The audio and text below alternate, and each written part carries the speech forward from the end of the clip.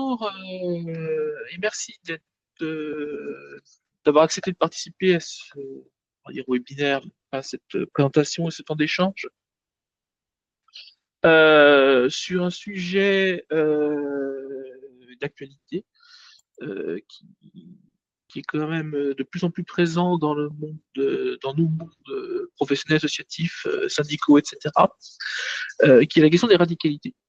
Donc, l'idée, c'est pas de faire la formation ce matin, mais c'est de vous présenter euh, rapidement la spécificité de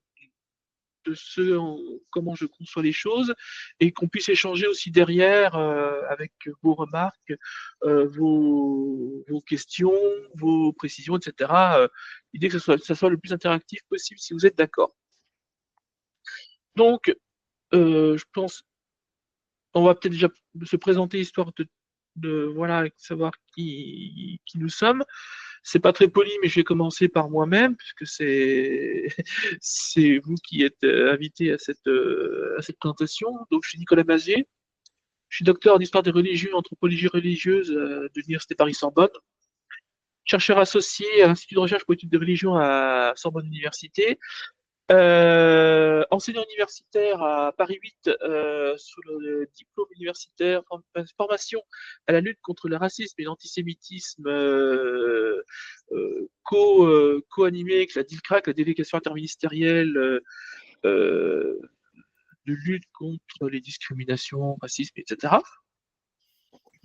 Je suis aussi invité à l'Institut de recherche, enfin un institut de recherche privé, mais qui s'appelle l'INRER, où avec certains collègues, nous sommes intervenus, nous pouvons intervenir à l'occasion, notamment sur les publications. Et accessoirement, je suis consultant indépendant. Donc voilà globalement la présentation rapide de la chose. Et je pense qu'il faut quand même, pour être totalement transparent, que vous le sachiez, j'ai également assumé des fonctions de présidence d'une association d'éducation populaire en Saône-et-Loire et donc je suis au fait aussi du monde associatif et notamment le monde de l'éducation populaire qui me tient à cœur particulièrement. Voilà pour la présentation. Peut-être qu'on peut je vais faire un tour de table, un tour d'écran plutôt. Peut-être me présenter si vous êtes d'accord, puis me préciser aussi vos domaines professionnels, en tout cas, ce qui pourrait amener dans votre branche ou votre entreprise ou votre structure à réfléchir à ces questions-là.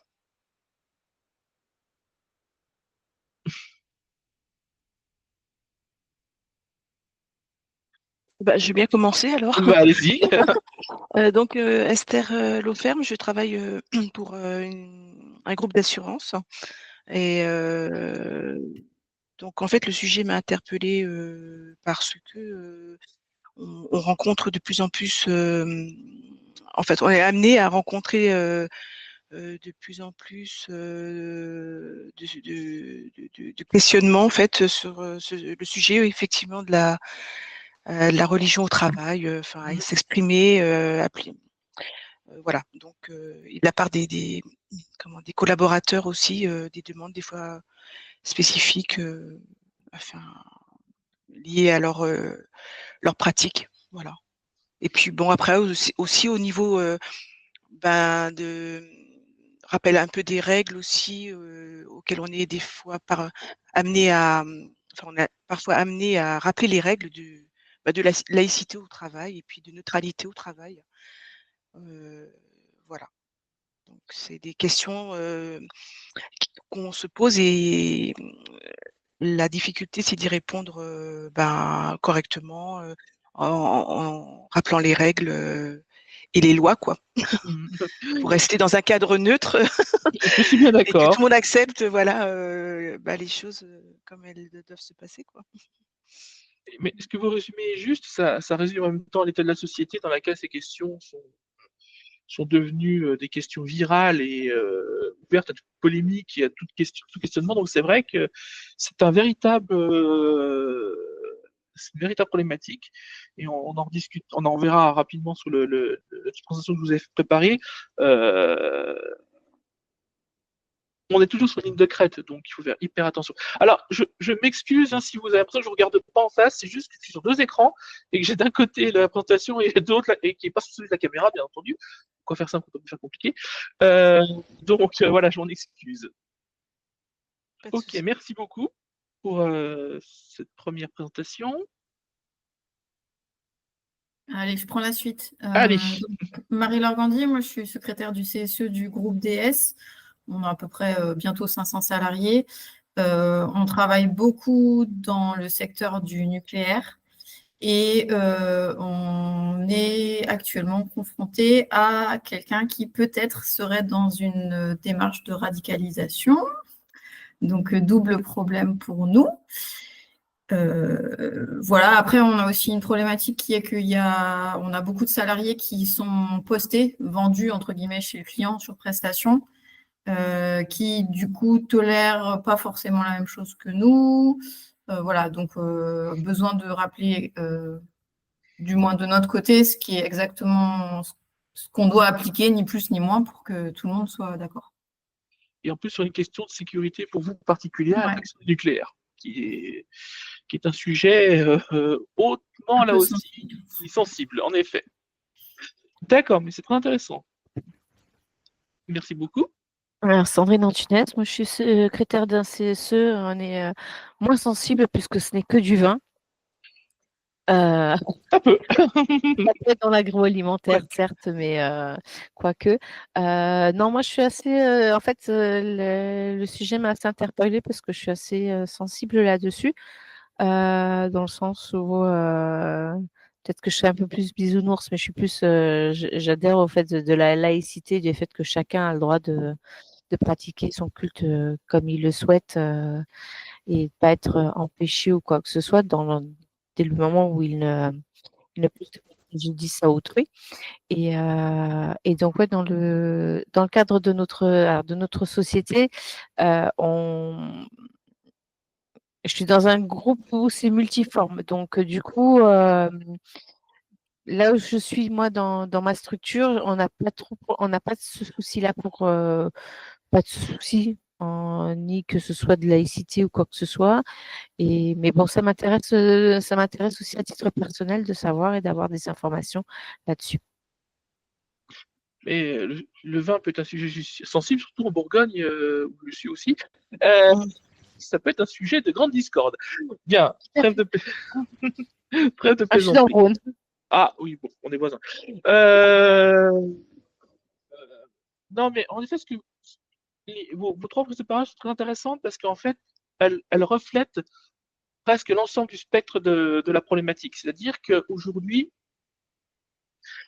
ces questions-là se posent parce que soit on est en contact avec des clients institutionnels, voire institutionnels plus dans le sens défense, etc., qui demandent certaines choses, soit on est en contact du public, et donc comment on agit en contact du public, soit on est interpellé ou interloqué par un collaborateur ou une collaboratrice qui va donner des signes de ce qui peut apparaître comme une forme de radicalisation, en ayant toujours en tête que la radicalisation, et on va en reparler tout de suite, ne se limite pas à la religion. Elle va aussi sur la sphère politique, etc. Donc c'est ce que je me. Ah, est-ce que vous voyez mon écran là partagé ou pas? Oui. Ou est-ce que c'est. Attendez voir, si je vous le mets en plein écran, ça sera visible. Là. Là, c'est bon, vous le voyez? Oui. Ok. En fait, il est pas le diaporama, il n'est pas en plein écran. On voit aussi les vignettes sur le côté. Ah, alors attendez En voir. faisant F5, si c'est sur PowerPoint. Là, c'est bon? Non. En bas, il y a une petite icône en bas. C'est ça.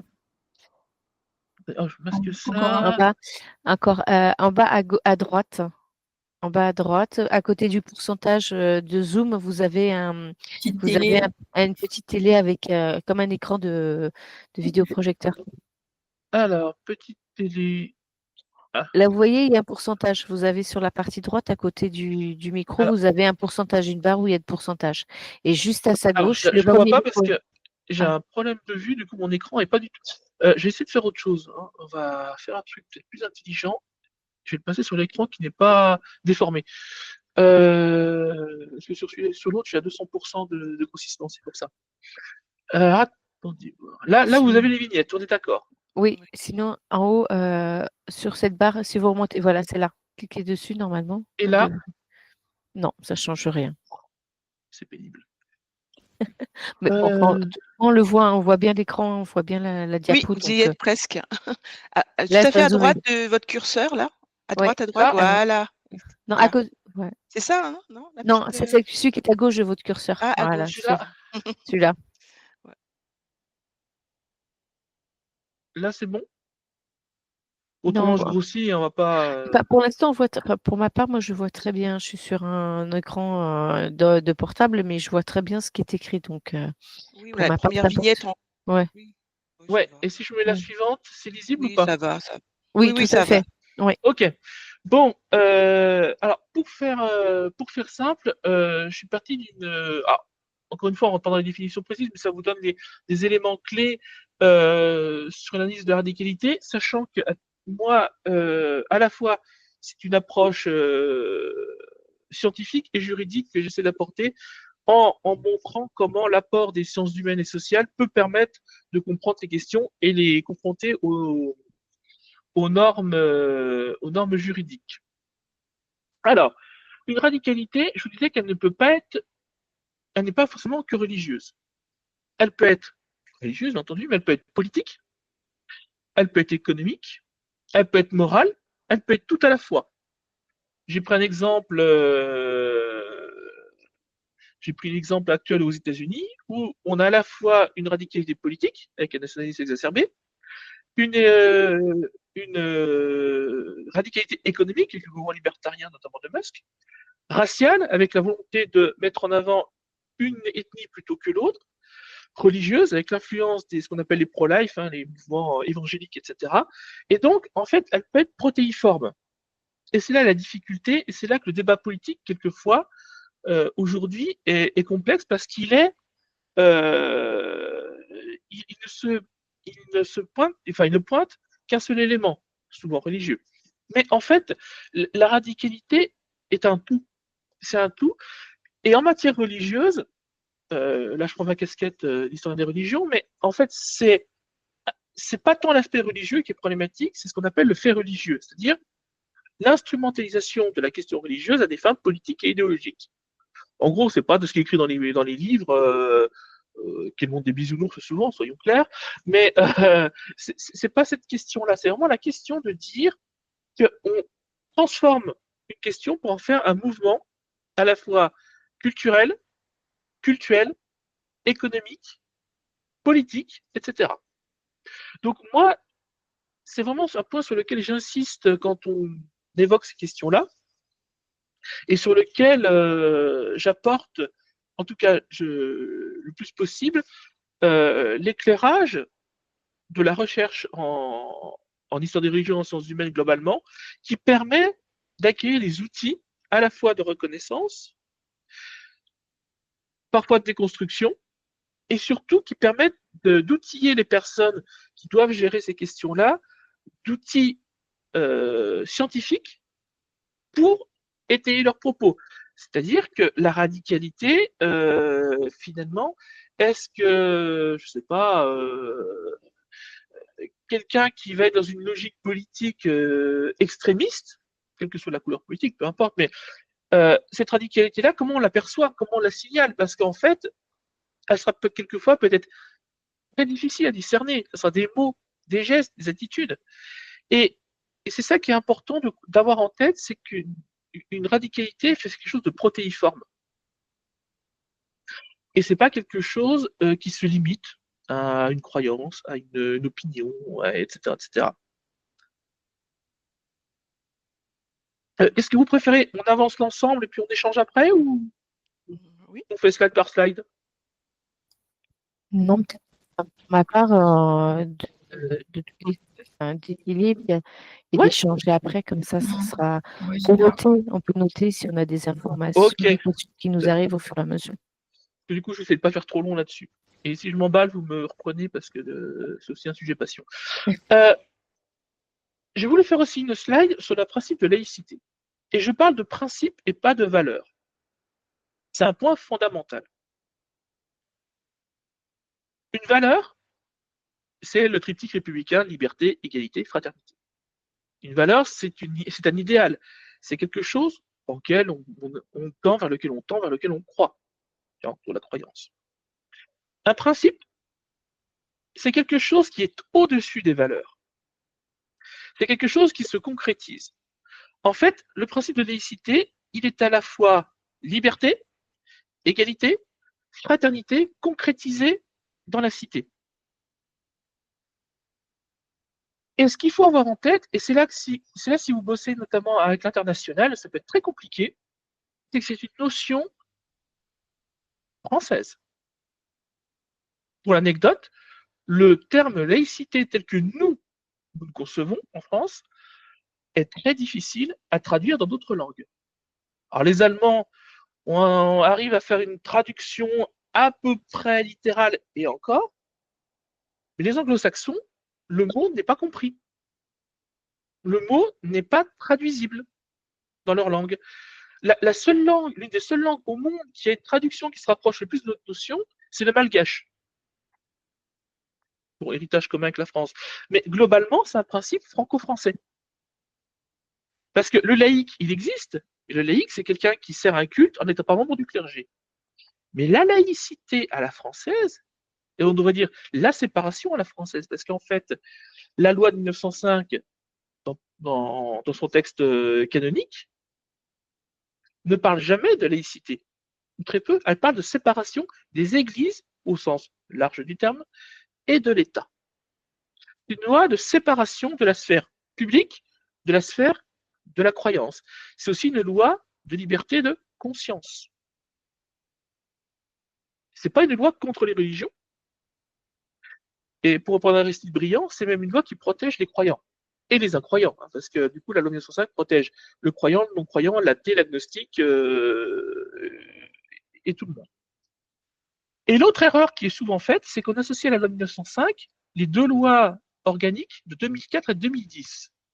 Or, la loi de 2004, c'est dite la loi de sanctuarisation de l'école, où les signes ostentatoires sont interdits dans les écoles maternelles, primaires, collèges et lycées, pas l'université. Et la loi de 2010, qui a été appelée de façon caricaturale loi Burqa, c'est la loi sur la dissimulation du visage dans l'espace public. Donc là, c'est une loi de sécurité, de sûreté. Ça n'a rien à voir avec la laïcité. Sachant que le principe de laïcité, lui, est simple. L'État est neutre. Alors l'État, les trois fonctions publiques territoriales, trois fonctions publiques, État, hospitalière et territoriale.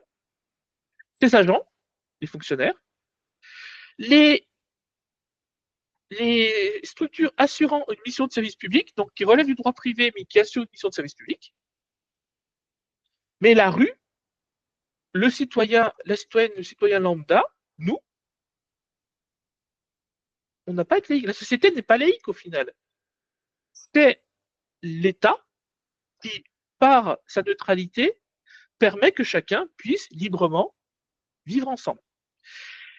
Et c'est là que ça se rend compliqué pour le monde du travail. La fonction publique, c'est clair, net, précis. Vous êtes fonctionnaire ou assimilé fonctionnaire ou assurant une délégation de service public, vous êtes tenu au principe de neutralité. C'est la loi. Vous avez passé les concours, vous avez réussi le concours, vous êtes fonctionnaire. Bon, bah, vous avez accepté la règle du jeu.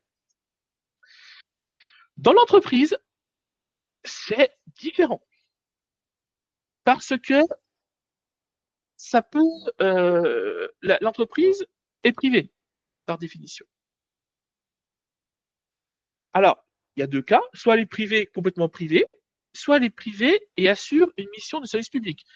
Par exemple, je reprends l'exemple de l'association que je présidais. nous avions des missions de service public par délégation du ministère de l'Éducation nationale.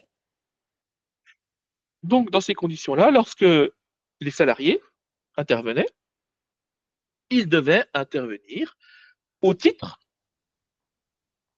en principe, et en respectant le principe de neutralité.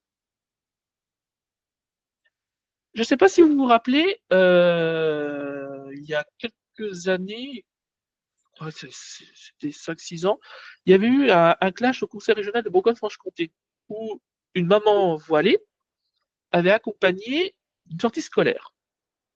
Là, esclandre sur tout un pan de l'aile politique, c'est une honte, etc. La laïcité l'interdit. L'enseignant est tenu au principe de neutralité.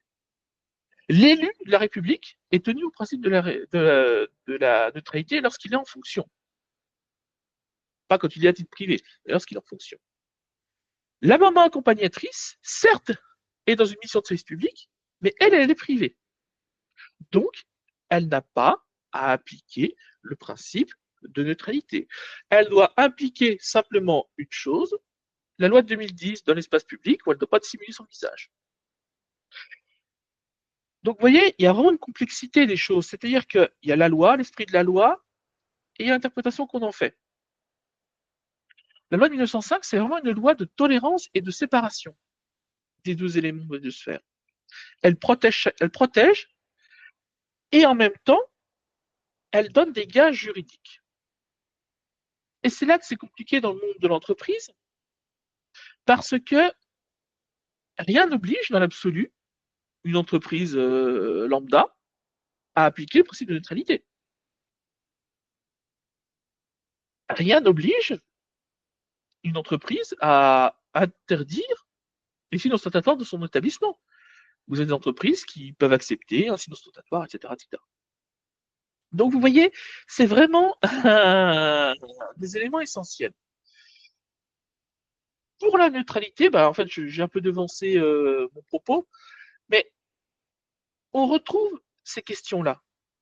Autant dans le service public ou dans l'assimiler service public, je pense à Pôle emploi par exemple, à France Travail, pour citer une agence mixte sur les statuts, c'est un principe qui s'applique.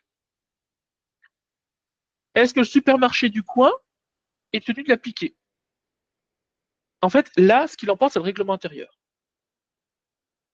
C'est la réglementation intérieure et le droit du travail, etc., et notamment les accords de branche, etc., qui peuvent aller là-dessus.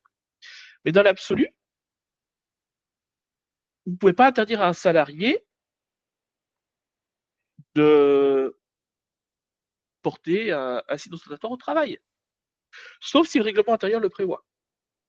Parce que le règlement intérieur a été validé par les instances représentatives. Enfin, voilà, vous connaissez mieux que moi le fonctionnement des instances représentatives.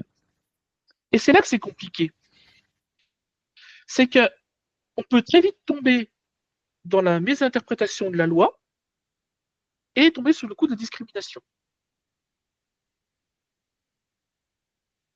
Et où c'est plus compliqué, c'est quand vous sous-traitez, notamment dans des secteurs sensibles, où là, vous n'êtes pas directement en contact, parce que vous êtes l'intermédiaire entre la main-d'œuvre, si vous passez l'expression, et le client, mais en même temps, ce dernier doit assurer et respecter les règles.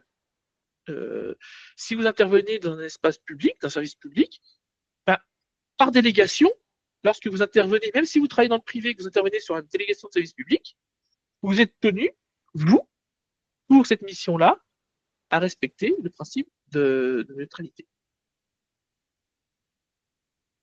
On a des exemples. Dans le monde hospitalier, par exemple, ou dans certaines... où on va permettre le signe ostentatoire, mais de façon détournée par l'utilisation de la charlotte, par exemple. Vous voyez, on a des détournements qui se font derrière. C'est donc un sujet qui demande une réflexion, qui demande une approche, qui demande également de savoir ce que permet la loi, de savoir ce qu'interdit la loi. Le principe de laïcité, il est clair, il est institué dans la loi. La loi de 2010, elle est claire on n'a pas le droit de dissimuler son visage. Voilà, là, c'est 2 choses.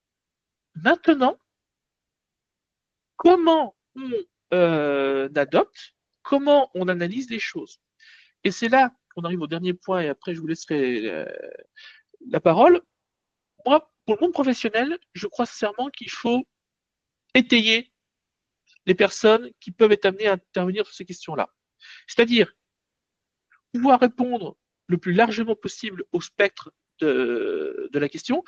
Et c'est pour ça que lorsque moi j'interviens sur ces questions-là auprès d'acteurs publics ou privés, je fais toujours, alors, je veux dire, un grand mot, hein, on n'en est pas là, mais une forme d'audit pour savoir quels sont les besoins de la structure. Parce que je pense, et c'est ma façon de faire, qu'il faut adapter chaque formation aux spécificités du besoin. On n'aura pas la même chose dans le vin que dans le nucléaire, par exemple.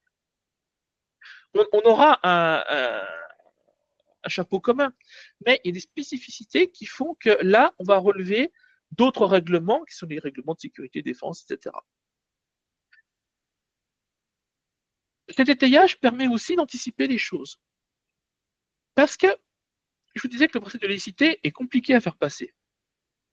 Imaginons, vous êtes dans une entreprise, vous devez, en tant que délégué du personnel, vous voyez qu'il y a un recrutement qui doit se faire. Ce recrutement se fait sur une personne qui vient d'un pays, je sais pas, du Golfe ou des États-Unis. Bon courage pour expliquer le principe de laïcité à quelqu'un qui n'a jamais été familier à ça. Il faut vraiment étayer les choses. Donc, comment on l'étaye? Avec à la fois une base juridique, la loi, toute la loi, rien que la loi. 2, éviter le caractère qui peut être discriminatoire, c'est-à-dire comment je peux intervenir de façon la plus intelligente possible sans aller au clash directement.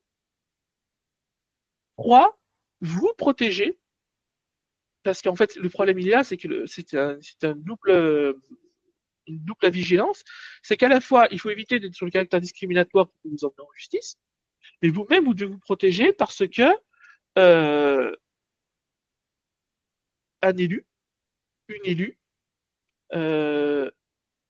un encadrant, etc., doit savoir aussi ce que la loi lui permet et ce que la loi ne lui permet pas. Et donc, pour moi, ces éléments-là sont articulés ensemble parce que souvent, et on ne devrait pas normalement, mais on va associer radicalité et laïcité. En fait, face aux radicalités, on répond laïcité, de façon simpliste. Non, c'est beaucoup plus complexe que ça. C'est pas blanc ou noir, on est dans la nuance à chaque fois. Voilà, je fais pas plus longtemps sur le. Je vais couper pour pouvoir vous voir toutes. Je vais peut-être couper la présentation. Je fais pas plus long pour vous permettre de vous laisser la parole et pouvoir échanger avec vous. Alors, j'ai conscience d'avoir balayé très large, d'avoir été vite, mais l'idée, c'est pas de faire une formation aujourd'hui et puis pas de vous faire un cours magistral non plus. En fait, j'en ai profité en même temps que vous parliez, j'écoutais, mais je suis allée voir justement notre règlement intérieur et puis on a une charte éthique aussi, où effectivement ils disent qu'il n'y a pas de discrimination à l'embauche. Par contre, il est dit dans un autre article, dans le règlement intérieur, qu'il y a une neutralité, qu'on ne doit pas faire part non plus de nos. Donc le souci, c'est que du coup, ça rentre en conflit. Pas forcément. Dans le sens où, par exemple, quelqu'un qui porte un voile. Oui. Si on l'emploie ce voile-là et qu'elle veut l'enlever, dans un sens, on va dire oui, mais c'est parce que vous voulez l'enlever qu'on ne peut pas vous embaucher parce que vous ne répondez pas au principe de neutralité. Alors qu'elle a peut-être contact avec de la clientèle, et quand même qu'elle aurait de la contact avec de la clientèle, suivant quel type de clientèle, entre guillemets, ça ne poserait pas de problème pour pouvoir exercer son travail. Donc, c'est pour ça que je dis que ces deux points-là sont en contradiction. Alors, ils sont en contradiction, c'est vrai. C'est vrai que dans l'absolu, vous ne pouvez pas discriminer quelqu'un à l'embauche sur sa religion, sa couleur de peau, son genre, etc. Voilà, ça, c'est la loi. Ouais. Bon. Et c'est vrai que vous pointez quelque chose. Alors, on peut avoir deux approches pour ça. Dire à la personne, vous allez t'embaucher. Par contre, nous, on a une charte, on a un règlement intérieur. Est-ce que vous consentez à ce règlement intérieur-là ou pas? Et après, il y a des moyens détournés de peut-être d'avoir un chemin entre les deux, peut-être juste un fichu dans les cheveux. Enfin, je dis n'importe quoi, je réfléchis en même temps. Et c'est vrai que la difficulté, elle est là. C'est que la loi interdit les discriminations, et c'est une excellente chose. Mais en même temps, vous pouvez avoir un règlement qui est validé, qui est voté, qui est décidé en commun par les représentants du personnel et la direction, où, oui, mais il faut être neutre. Donc là, c'est là que il y a peut-être un travail à mener à la fois sur l'aspect normatif et à la fois de rédaction derrière peut-être d'un nouveau réglementaire, peut-être formulé différemment. Parce qu'en fait, le principe de neutralité, je pourrais vous le faire dans un autre sens. Vous êtes élu, je sais pas moi, élu d'une communauté de communes, je sais pas quoi, étiqueté politiquement. Vous êtes en contact du client. Vous êtes une élue aussi. Et peut-être que le client ne sera pas des mêmes opinions politiques que vous. Donc ça peut être aussi contraignant dans ce sens-là. Vous voyez ce que je veux dire? C'est que la difficulté, elle est de mettre la formulation qui permette à la fois de rappeler le principe de neutralité, mais le principe de neutralité, c'est de ne pas faire valoir ses opinions. On est d'accord. Oui.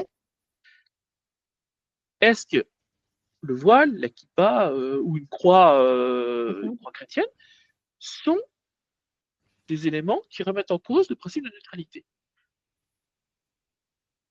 Après, suivant les directions qu'on peut avoir, ils vont vous dire oui.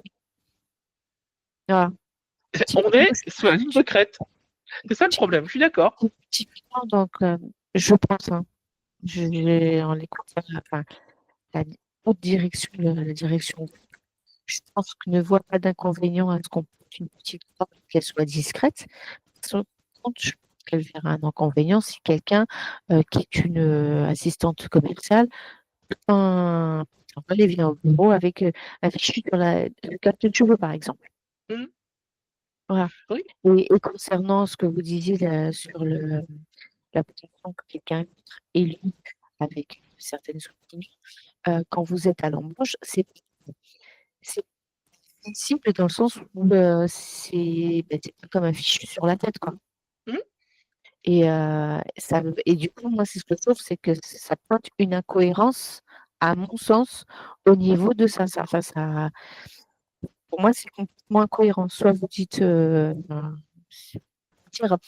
discrimine personne, mais en fait, on met quand même certains paramètres qui fait que, de facto, ces personnes-là vont être écartées. Et ça, je trouve ça juste.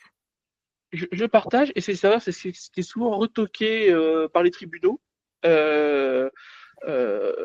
où la cohérence, en fait, c'est l'incohérence qui va permettre d'avoir la problématique.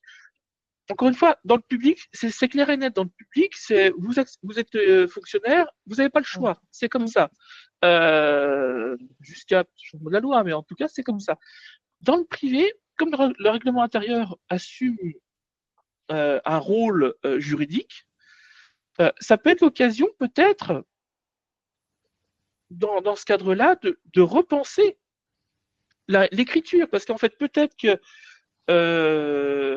parler du principe de neutralité, dans ce compte-là, on peut peut-être le dire dans le sens où, pas forcément sur la tenue vestimentaire, mais sur la position, les paroles, etc. Vous voyez ce que je veux dire? Oui. C'est qu'on peut peut-être nuancer pour ne pas être dans un caractère discriminant. Parce que, je vous disais, vous recrutez une assistante de direction, je sais pas, peu importe, qui est super douée, quadrilingue, mais qui vient des Émirats ou des États-Unis.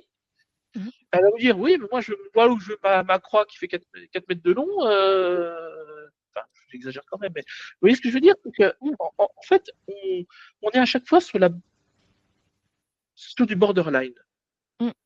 C'est pour ça qu'il faut vraiment s'étayer le plus possible parce que la loi est une loi générique, le principe de neutralité s'applique à l'État, s'applique aux représentants de l'État et à ceux par délégation. Une entreprise privée, par définition, est privée. Donc, mais l'entreprise n'a pas le droit de discriminer. Oui, c'est ça, je comprends. Mais voilà, moi je sais que Donc pour là, moi, c'est un travail à mener. c'est une certaine incohérence en fait dans les positions, quoi. Complètement. Et si vous avez quelqu'un qui conteste et qui vous met un procès là-dessus pour caractère discriminatoire, le tribunal peut être sensible à cette question-là. En effet, en effet. Mm. Donc peut-être que c'est une forme de réécriture à avoir, à réfléchir, à envisager, de se dire plutôt que d'écrire comme ça, peut-être qu'on peut formuler différemment. Ou alors il faut y aller clairement. Principe de neutralité dans la tenue, dans les prises de parole, etc. Est-ce qu'au contraire, vous balayez? Je parle de ça parce qu'en fait, on est en pleine consultation sur le plan égalité homme-femme. Et donc, du coup, c'est marqué justement non-discrimination à l'embauche. Mais du coup, ok, non-discrimination à l'embauche, mais si on regarde le règlement intérieur qui porte cette neutralité-là, si quelqu'un a un signe religieux visible, du coup, et il ne répond pas à la neutralité, donc il va être mis à l'écart, et donc du coup, il y a une discrimination à l'embauche. Voilà, on est vraiment sur la ligne de crête à chaque fois. Et donc, c'est pour ça que quand j'interviens sur la question de la laïcité à Paris 8, notamment dans le DU, on a des personnes du public et du privé, c'est souvent là où on a un problème. Souvent là, on a un problème parce que, encore une fois, le privé, ça relève du droit privé, donc, mais en même temps, le privé est tenu à des obligations. Donc, c'est pour ça que peut-être il faut travailler sur une reformulation, ou en tout cas, En fait, la laïcité, c'est surtout c'est protéger les personnes de pouvoir avoir ou non un culte, une opinion là-dessus.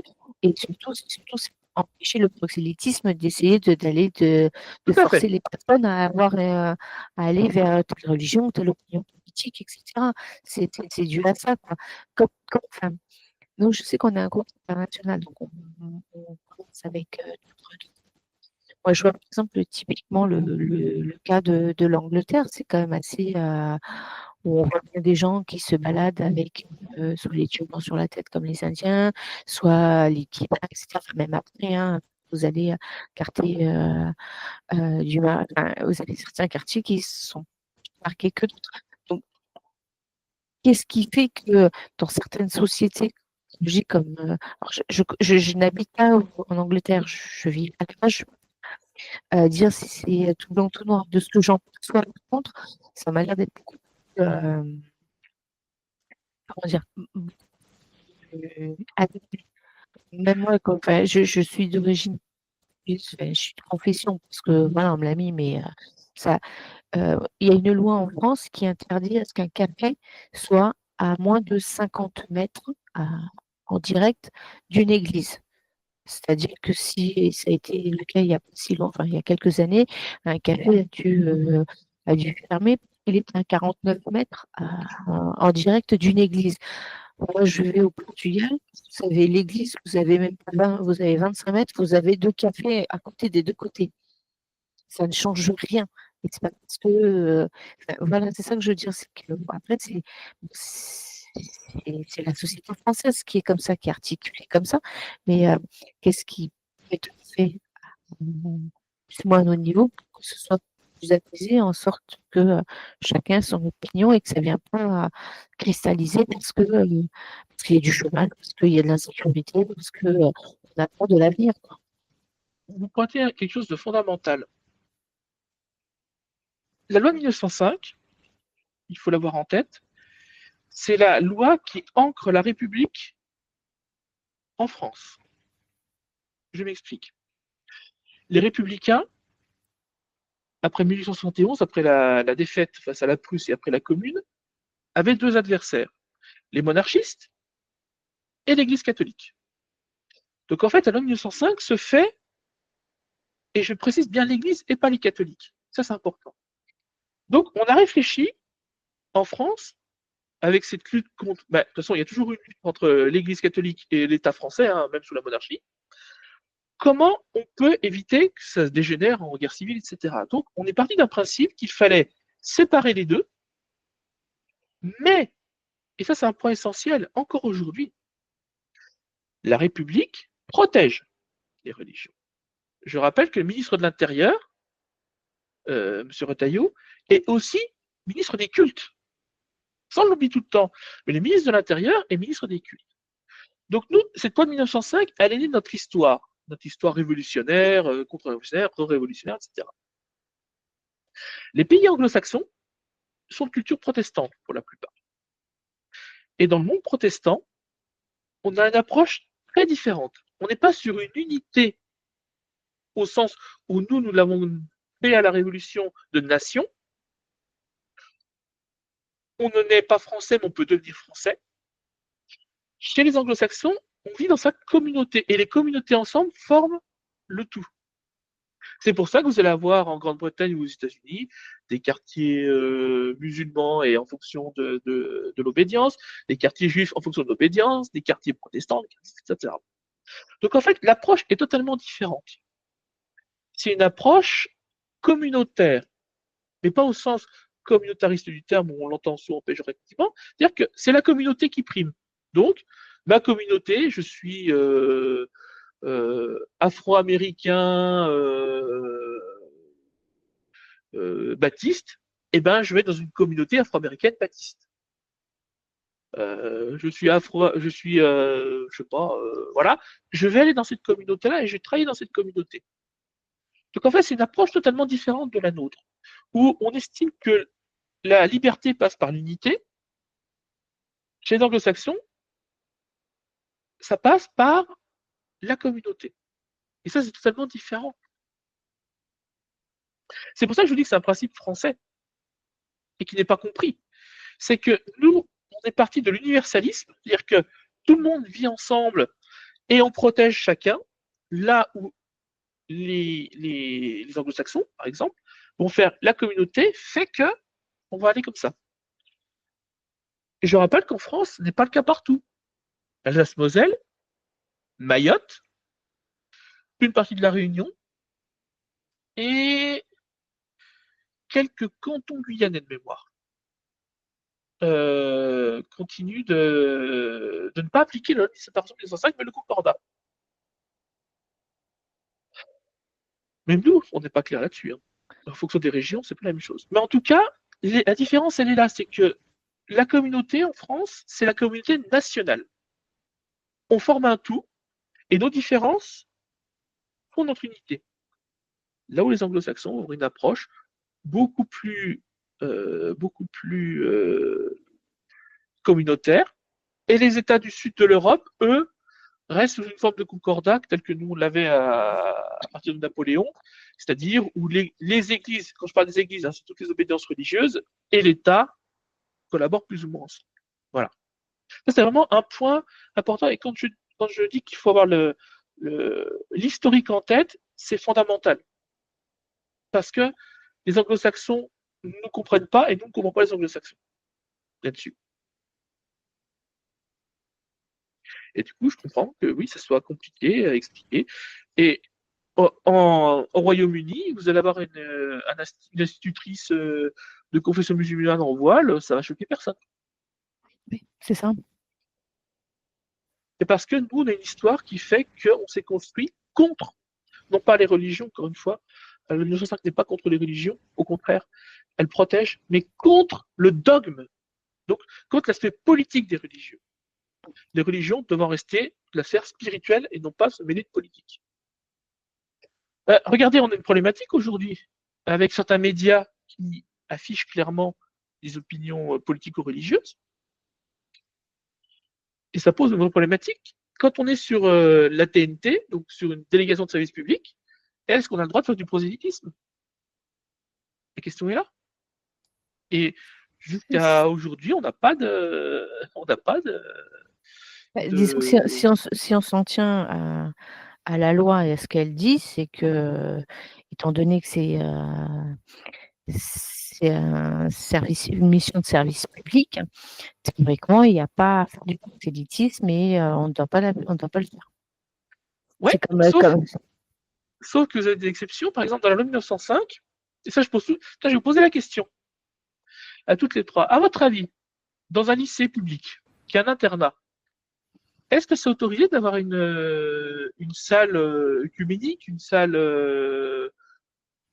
consacrée à la pratique des religions? Alors, si on applique le 2004, la boutique sanctuarisée, normalement, il ne devrait plus y en avoir. Mais théoriquement, il peut y en avoir, parce qu'on est censé quand même, quand ils sont en internat, malgré tout, c'est du coup. Je dirais oui, comme dans les autres. Et voilà, et on devrait en avoir.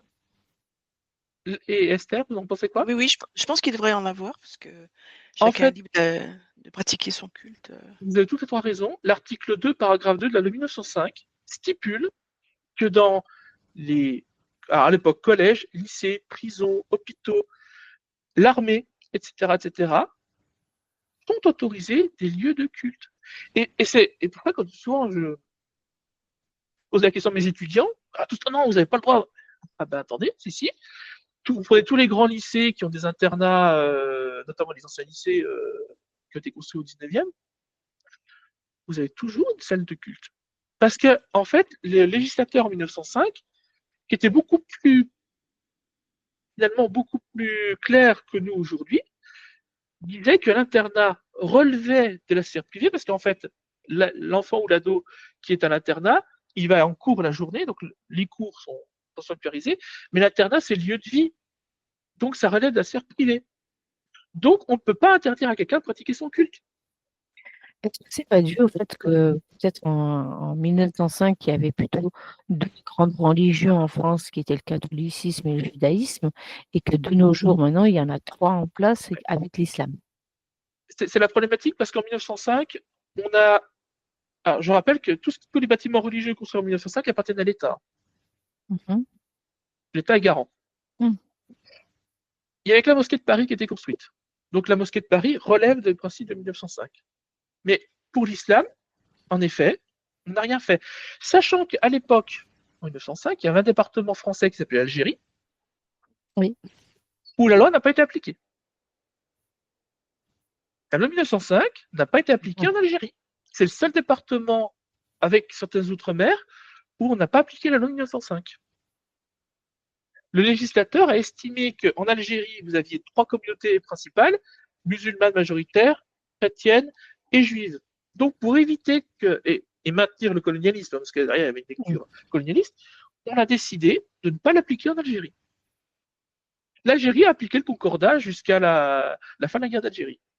Ce qui veut dire que le concordat permettait d'avoir une stabilité au niveau des religions et alors, il y avait d'autres effets pervers. Hein. Il y avait d'autres effets pervers, mais le concordat s'applique à Strasbourg. Par exemple, aujourd'hui, à Strasbourg, en Alsace, les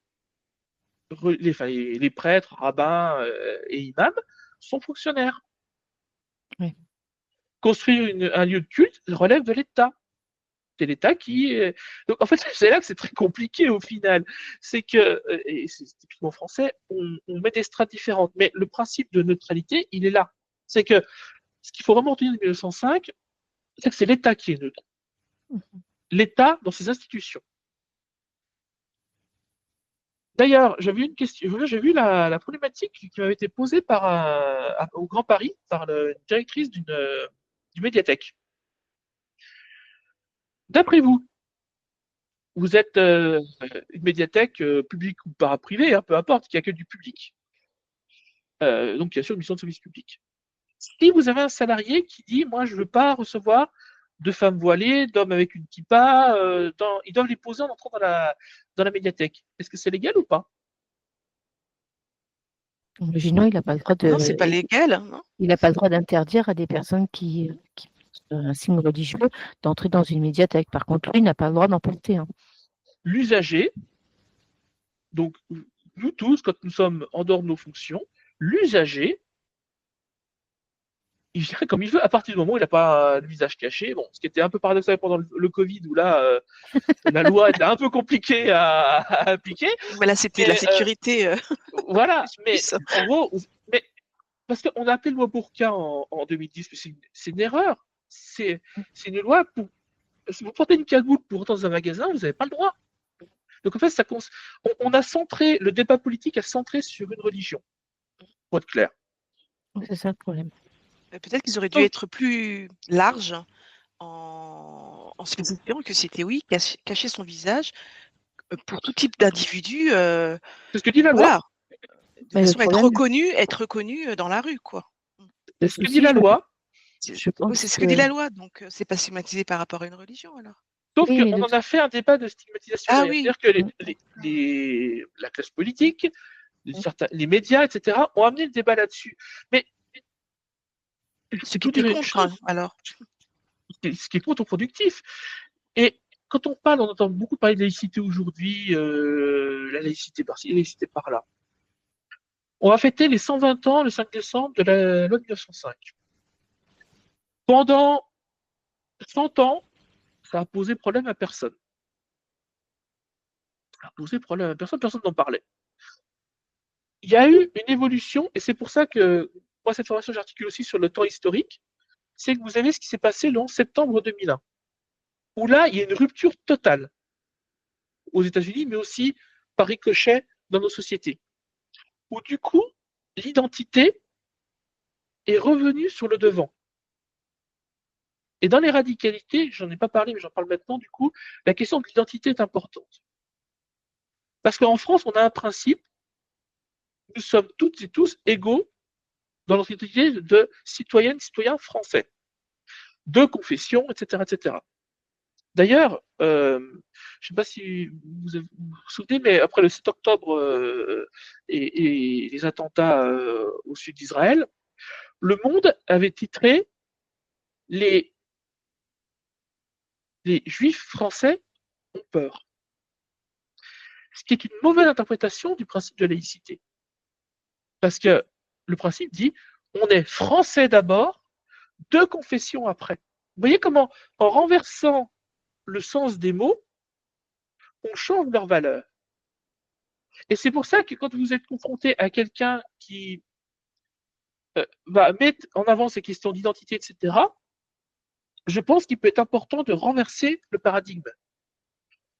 Vous êtes d'abord citoyen de nationalité française, qui a ou pas une conviction religieuse, politique, philosophique, tout ce que vous voulez. Mais en fait, en France, par rapport aux anglo-saxons où on est de confession, de culture, d'ethnie, etc. d'abord et de citoyenneté après, en France, c'est l'inverse. On est citoyenne, citoyen, de confession, d'opinion, de ce que vous voulez. En fait, le paradigme, il est là. C'est que l'influence, et on a ces questions-là, on a une grosse influence, pour en revenir à ce qu'on disait, des anglo-saxons. Les pays anglo-saxons ont du mal à comprendre ce principe-là parce que pour eux, comme on le disait, la communauté prime sur l'identité nationale. Nous, c'est l'identité de nation qui prime sur la personnalité. C'est l'homme nouveau qu'on a créé à la Révolution, en fait. Enfin, la femme est l'homme nouveau, plutôt, on pourrait dire. C'est ça, en fait, le truc. Et moi, je pense que c'est vraiment le sens de ces formations et des cours que je donne là-dessus.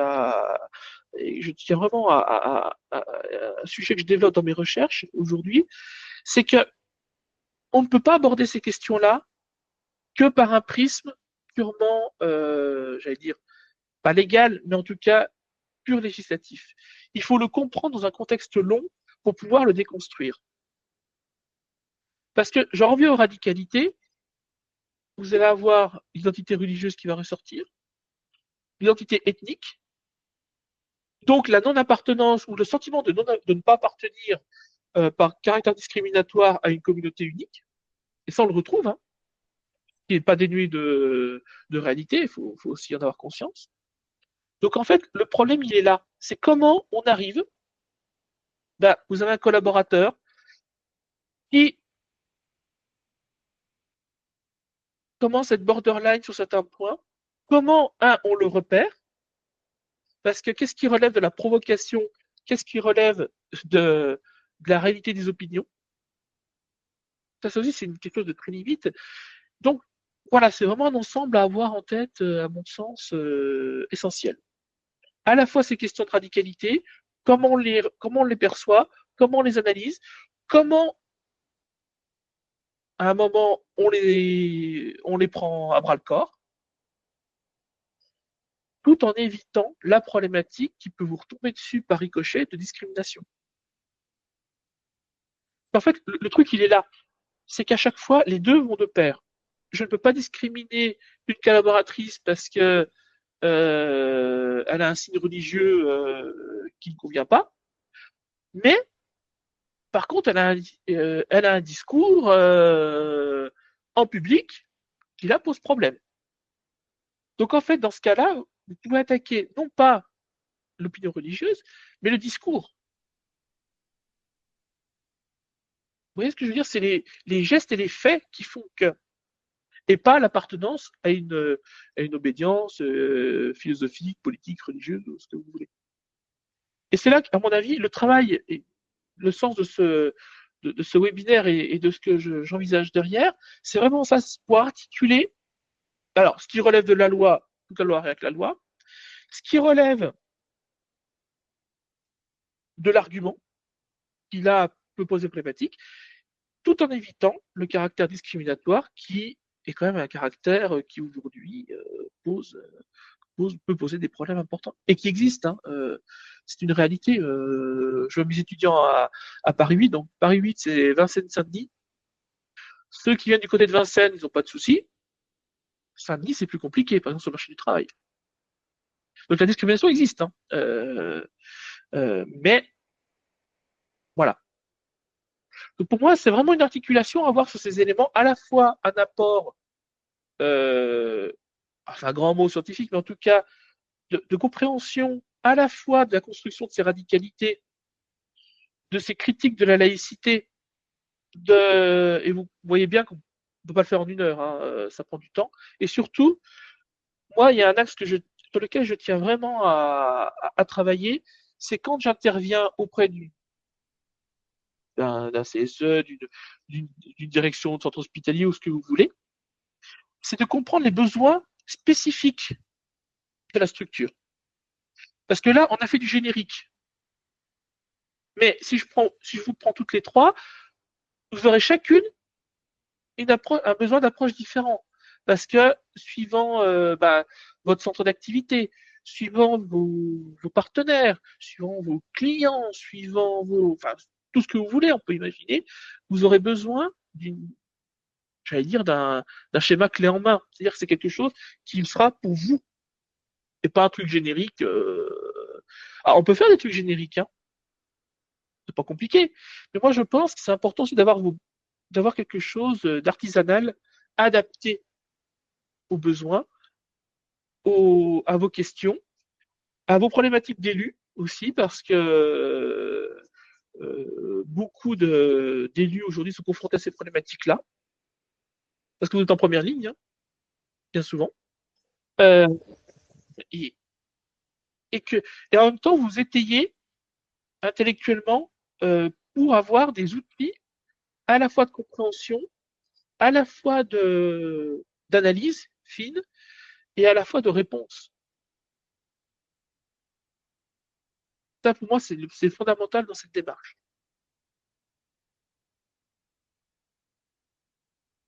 Allez-y, vous avez la parole. Je parle beaucoup, je suis désolé. En fait, pour résumer, il faut s'appuyer sur la loi 1901 de neutralité, en fait, et puis celle de 2010, en fait, pour quand il y a débordement, et puis intervenir quand il y a débordement pour des cas spécifiques. Parce que en fait, j'ai regardé moi aussi mon règlement intérieur, on n'en parle pas, il n'y a même pas de paragraphe éthique, donc je pense qu'on applique la loi au sens strict, et puis s'il y a des débordements, à ce moment-là, il faut ouvrir une enquête, en fait, savoir ce qui se passe. Mais ça des collaborateurs. quelle est votre typologie de, enfin, vous en tant qu'assureur, enfin, groupe d'assurance, hein, pour faire large, est-ce que vous assurez une mission de service public? Non. Euh, On applique la loi en vendant des contrats d'assurance imposés par la loi au niveau Voilà. des assurés. Mais après, on n'est Donc, je sais pas pas, un par service exemple, public au premier degré, quoi. voilà.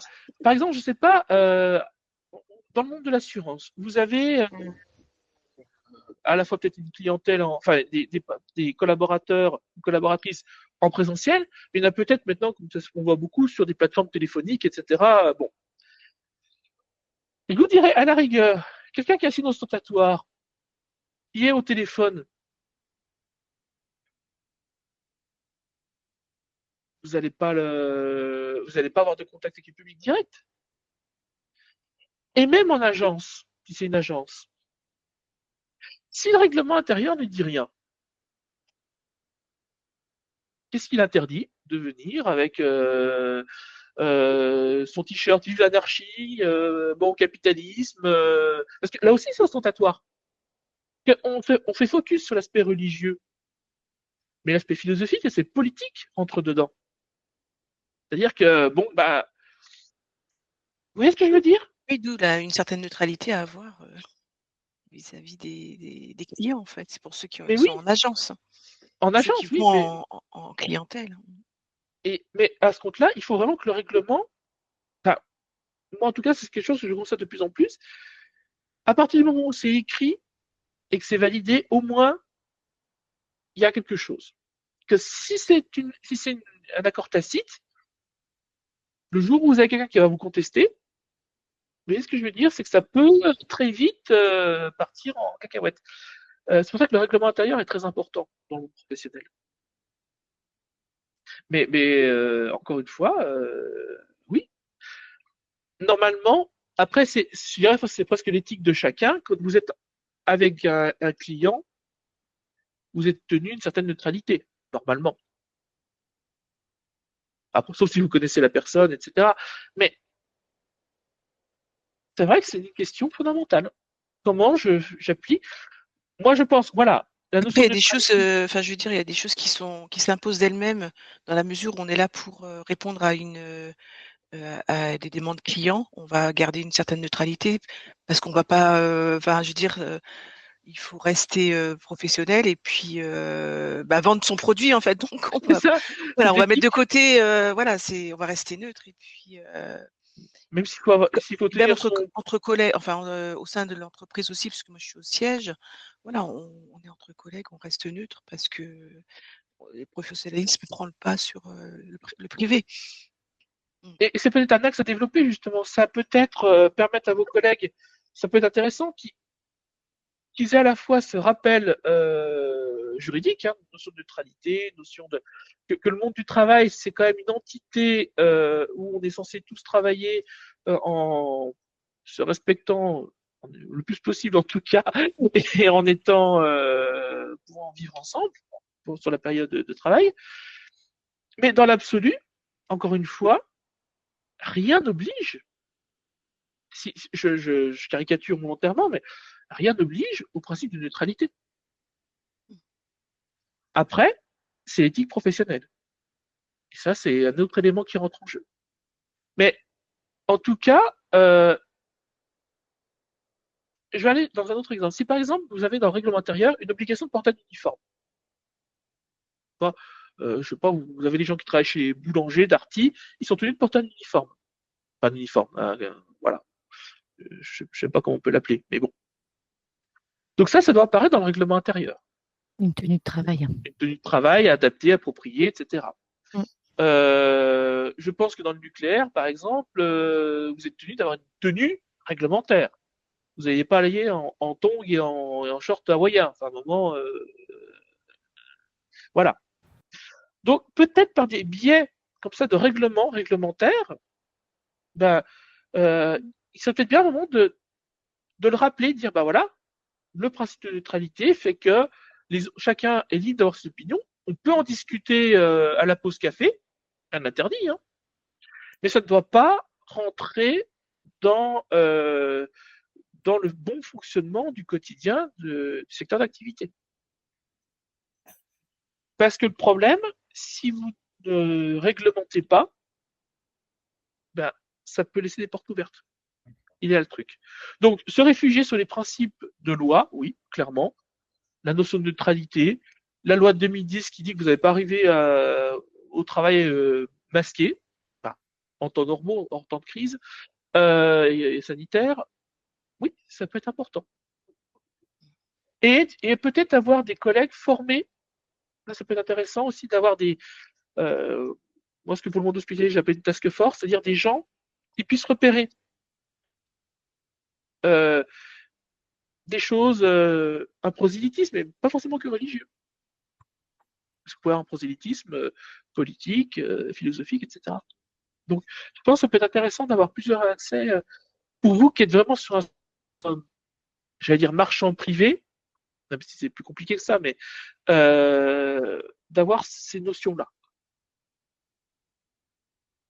Je pense qu'on manque aussi dans le monde du travail de temps de prise de recul sur des problématiques de société qui ont forcément un impact sur votre travail du quotidien. Il n'y a pas de séparation entre le monde du travail et la société. Enfin, de moins en moins en tout cas.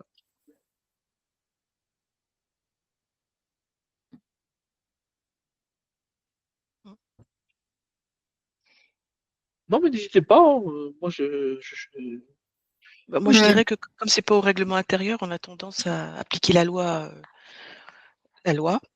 et qu'on attend qu'il y ait des choses qui se passent en fait pour étayer le règlement intérieur, l'améliorer. Enfin voilà. Donc tant qu'il n'y a rien qui se passe, pas de débordement, bah, c'est que les gens travaillent en bonne intelligence. On est d'accord. Ouais, on va dire comme ça. Quelquefois, pas besoin de réglementer hein, à partir du moment où.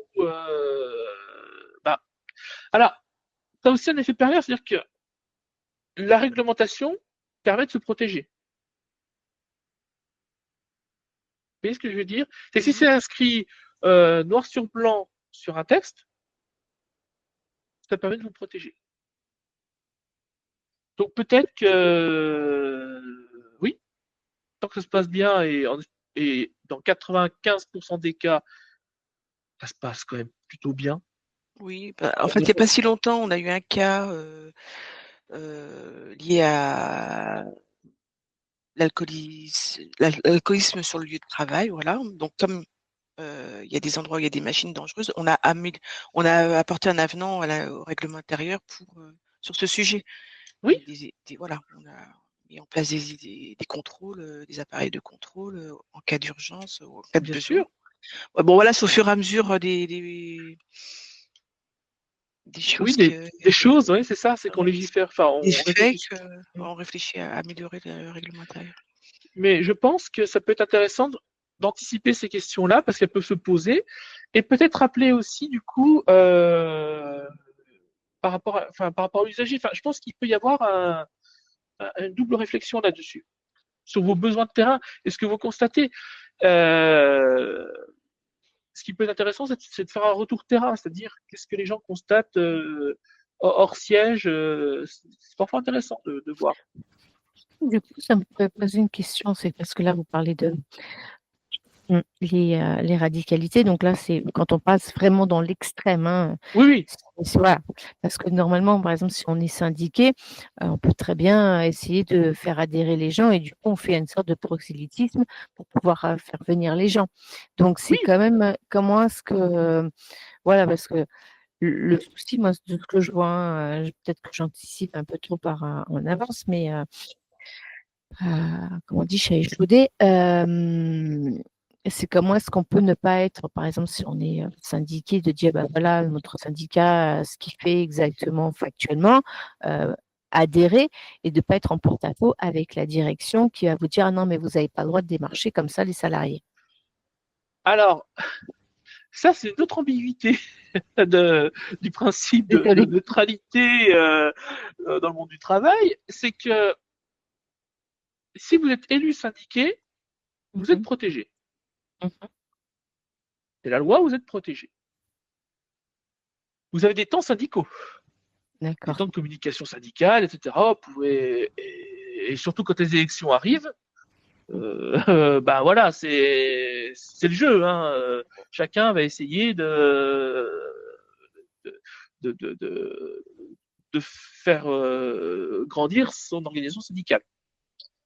Donc à partir du moment où ça se fait, non pas à la sauvage, adhère tout de suite, sinon voilà, enfin, je caricature, mais si par exemple ça se fait sur un temps où vous invitez vos collègues à échanger dessus, bah, c'est votre temps syndical, c'est votre temps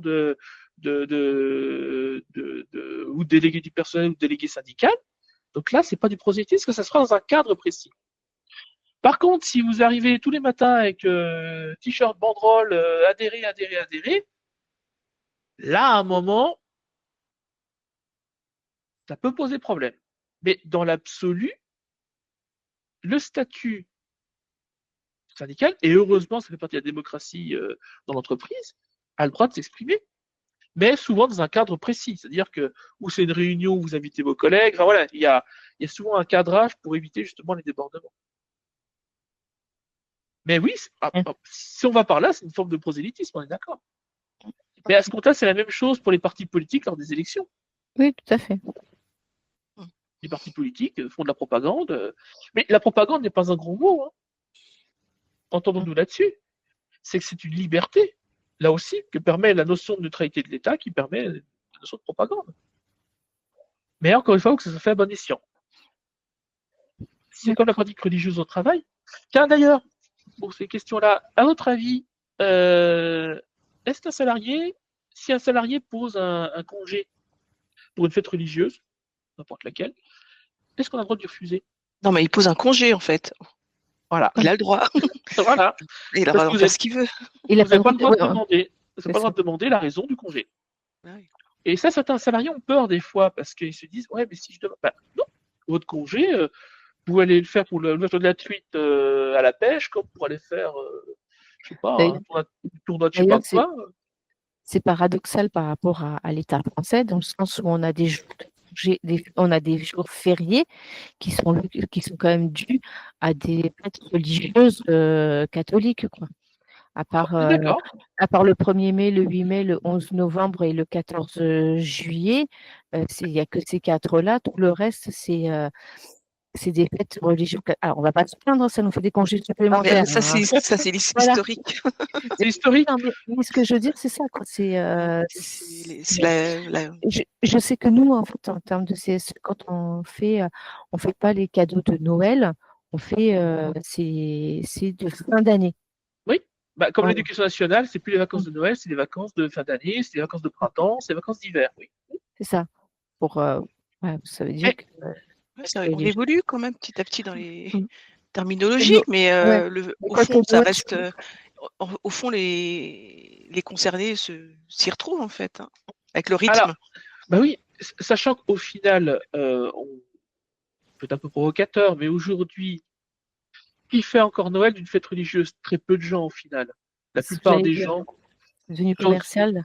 Voilà, commercial, ou même, quelle que soit la confession, les gens se retrouvent à ce moment-là parce que, bon, bah voilà, vous avez un certain nombre de personnes de confession juive, musulmane, qui vont faire un sapin de Noël aussi, parce que c'est tellement devenu décorrélé chez beaucoup de gens de la religion. Ah, pour certains, non, et c'est leur libre droit, mais vous avez raison, mais vous savez, pour ça qu'il faut toujours avoir l'histoire en tête. On a essayé de supprimer tout ça à la Révolution, avec le calendrier révolutionnaire. Bon, ça n'a pas tenu longtemps parce que c'était une telle, pardon du terme, un tel bordel à gérer qu'on est très vite revenu au calendrier julien. Mais c'est une question qui a été posée et qui est, depuis 1905, les questions se posent. Et il y a eu des débats pour savoir est-ce qu'on enlève Noël comme jour férié. Et c'est notamment il y avait notamment une réponse du grand rabbin Zadok Khan, qui avait dit mais pourquoi enlever la fête de Noël lui, dans son esprit, c'était un jour qui devenait férié comme un autre, quoi. Donc en fait, c'est un paradoxe à la fois, c'est un paradoxe dans les faits, mais en même temps, c'est tellement ancré dans nos sociétés que vous supprimez Après, Noël. c'est vrai qu'on peut réfléchir à toutes ces fêtes-là, bah, comment dirais-je, que ça devienne des jours de congé À la demande. à la demande, oui, puis chacun en fait ce qu'il veut en fait.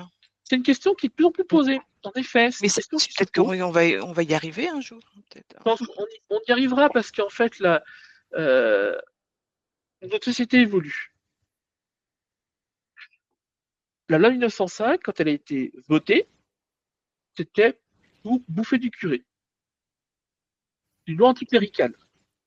Parce qu'il y avait une lutte à mort entre les républicains et l'Église catholique. Et encore une fois, je parle de l'Église catholique, et pas des pratiquants et des croyants. Aujourd'hui, le sens de l'histoire fait que il faut qu'on adapte les choses. Et ça concerne tout le monde parce que est-ce que les gens ont forcément envie d'être sur un jour férié pour l'Ascension? Pas forcément. Peut-être qu'eux préféraient mettre un jour de congé un peu plus tard parce que ça les arrange, parce que etc. Donc oui, c'est une question à travailler, qui va se travailler dans les années qui viennent. Le calendrier, ben, on ne supprime pas de jours fériés. Par contre, vous avez un pool de jours fériés. Ah, vous en avez tant dans l'année, en plus des récupérations et des congés légaux. Et vous les posez quand vous voulez en fonction de l'autorisation de poser, etc. Ça ne gêne pas le truc. Je pense qu'on va y arriver. Je ne sais pas si enfin, on peut arriver à supprimer ces jours de congé puisqu'on est dans une société de plus en plus, comment dire, où il faut travailler, produire, etc. Et on ne supprime au maximum ce qui peut ne pas, ce qui affecte la production, c'est-à-dire qu'un jour de férié, c'est un jour de production en moins, donc c'est pas bon au niveau des bénéfices, etc. Donc, et par contre, à contrario, les remplacer pour dire on vous rajoute un jour de congé supplémentaire, je ne pense pas. On est dans une telle société de capitalisme et de productivité que c'est comment dire, si on les enlève en disant c'est parce que c'est la laïcité, etc., on essaye automatiquement ça va être enlevé, ça ne va pas être remis. Ça peut être le danger, oui. Mais en fait, c'est ça, c'est que ces acquis-là, en fait, on les retire. On les retire sans les adapter. Par exemple, concernant la SNCF, ils avaient une prime charbon parce qu'ils avaient une pénibilité, etc. Ils ont essayé de la conserver. On dit, oui, mais vous avez plus la prime charbon, on vous l'enlève, c'est parti, vous avez plus cette pénibilité. Oui, mais il y a des pénibilités qui sont liées, qui sont différentes. Donc, et on ne les reconnaît pas et on ne va pas mettre une prime là-dessus et personne ne va lutter ou se battre pour pouvoir avoir ces primes-là.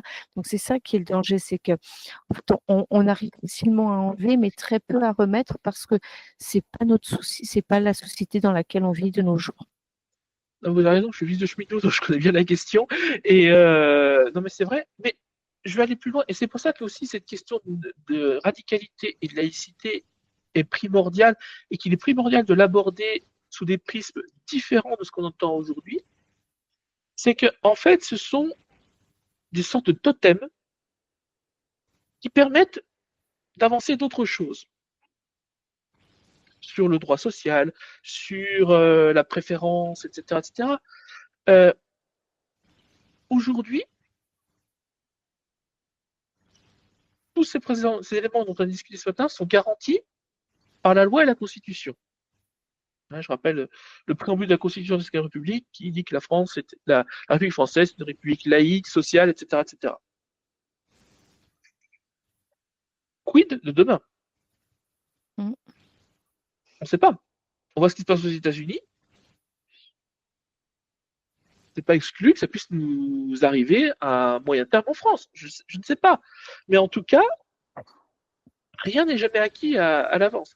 Donc c'est pour ça qu'il faut aussi, et c'est le sens moi de schéma de formation pour lequel vous avez été invité ce matin, c'est pouvoir aussi anticiper la suite. Parce qu'en fait, bien souvent, on va faire porter sur des questions de neutralité, de radicalité, d'autres problématiques. Alors quelquefois, ça a des fins idéologiques. Hein. Vous avez des personnes qui vont le faire pour asseoir une opinion, un projet politique, etc. soit dans une optique de déconstruction, etc. Donc en fait, il est vraiment important, très très important, d'avoir ces éléments en tête pour justement, là aussi, déconstruire les choses. Je prends un contre-exemple, vous allez avoir un collègue qui vous dire, dis donc, machin ou truc, il se radicalise, tu te rends compte de ce qu'il dit, de ce qu'il fait, etc. Ouais. Qu'est-ce qui fait que tu constates que qu'il s'est radicalisé? Ouais, il a lu un truc, mais il faut des faisceaux de faits pour le comprendre. Et la radicalité, ce n'est pas qu'une parole. Il y a tout un cheminement, il y a une évolution, comment dire, une évolution sémantique, une évolution comportementale, une évolution. Moi, je vais prendre un exemple. Dans le milieu hospitalier, dans les groupes anti-avortement notamment, ils incitent les jeunes issus de leur rang, donc les enfants, etc., pour médecine, à aller sur l'obstétrique. Comme ça, les plus brillants feront des études pour devenir gynécologues. Et une fois dedans, ils pourront dire ah ben, nous, on n'a pas contredit la loi sur l'avortement, on a simplement fait valoir notre clause de conscience. Donc, c'est ce qui s'est passé en Italie, c'est ce qui s'est passé en Italie notamment. Ce qui fait que vous avez de moins en moins de médecins qui acceptent de le faire, donc ils ne contredisent pas la loi. Ben non, nous, on respecte la loi, on n'est pas contre, on fait avoir notre clause de conscience. Donc, vous voyez comment ça peut s'immiscer dans des détails. Et je pense aux questions du nucléaire notamment, vu la situation géopolitique actuelle, il peut y avoir ces radicalités pénétrantes, mais pas forcément sur des gens d'une telle confession, d'une telle couleur de peau, tout ce que vous voulez. Ça peut être beaucoup plus vicieux. Donc c'est pour ça qu'il faut aussi des degrés d'analyse en fonction de vos besoins, en fonction de vos typologies propres, parce que ça peut aller dans des détails. Et quelquefois, les plus radicaux sont très difficiles à discerner. Parce que c'est celui qui a avec ses gros sabots, bon, là, ok, c'est visible. Vous le voyez. Quelquefois, ça va être beaucoup plus vicieux, beaucoup plus caché. Donc, il faut là aussi des outils pour l'envisager, pour le déconstruire, pour l'anticiper. Et ça, c'est quelque chose qui prend du temps et qui s'adapte en fonction des typologies propres.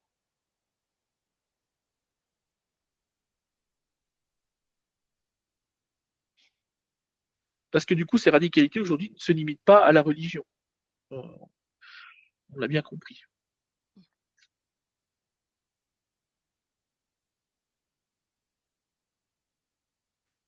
Allez-y, si vous avez des questions, des remarques, ou des choses que vous voudriez développer a posteriori, n'hésitez pas. Non, moi, je suis désolée, mais je vais devoir vous quitter. C'est midi, on avait dit... on avait dit 45 Merci minutes. beaucoup. Et puis, oui, c'est vrai. Merci. Au revoir. Bah, écoutez, je suis... vous avez besoin de Sébastien, moi je suis à votre disposition, il n'y a pas de souci là-dessus. Ok, gentil. En tout cas, merci pour l'échange.